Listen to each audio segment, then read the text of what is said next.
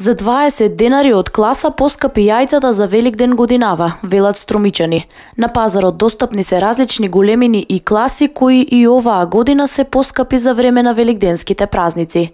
Сепак струмичани велат дека не се толку скапи за да не може да си ги дозволи секој. Продавачите на јајца велат дека цените секоја година поскапуваат за Великден, но барем јајцата се свежи.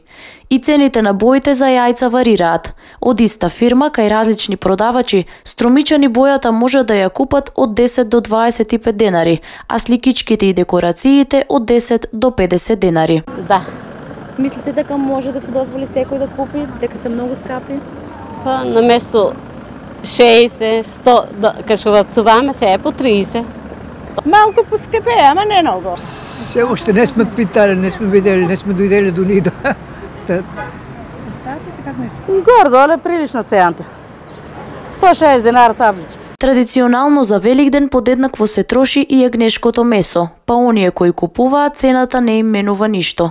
Продавачите во месарниците велат дека се зголемува потрошувачката на јагнешко месо за Великден, а цената годинава за килограм јагнешко изнесува над 300 денари, килограм свинско околу 300, додека пак јунешкото месо достигнува цена и до 400 денари за килограм.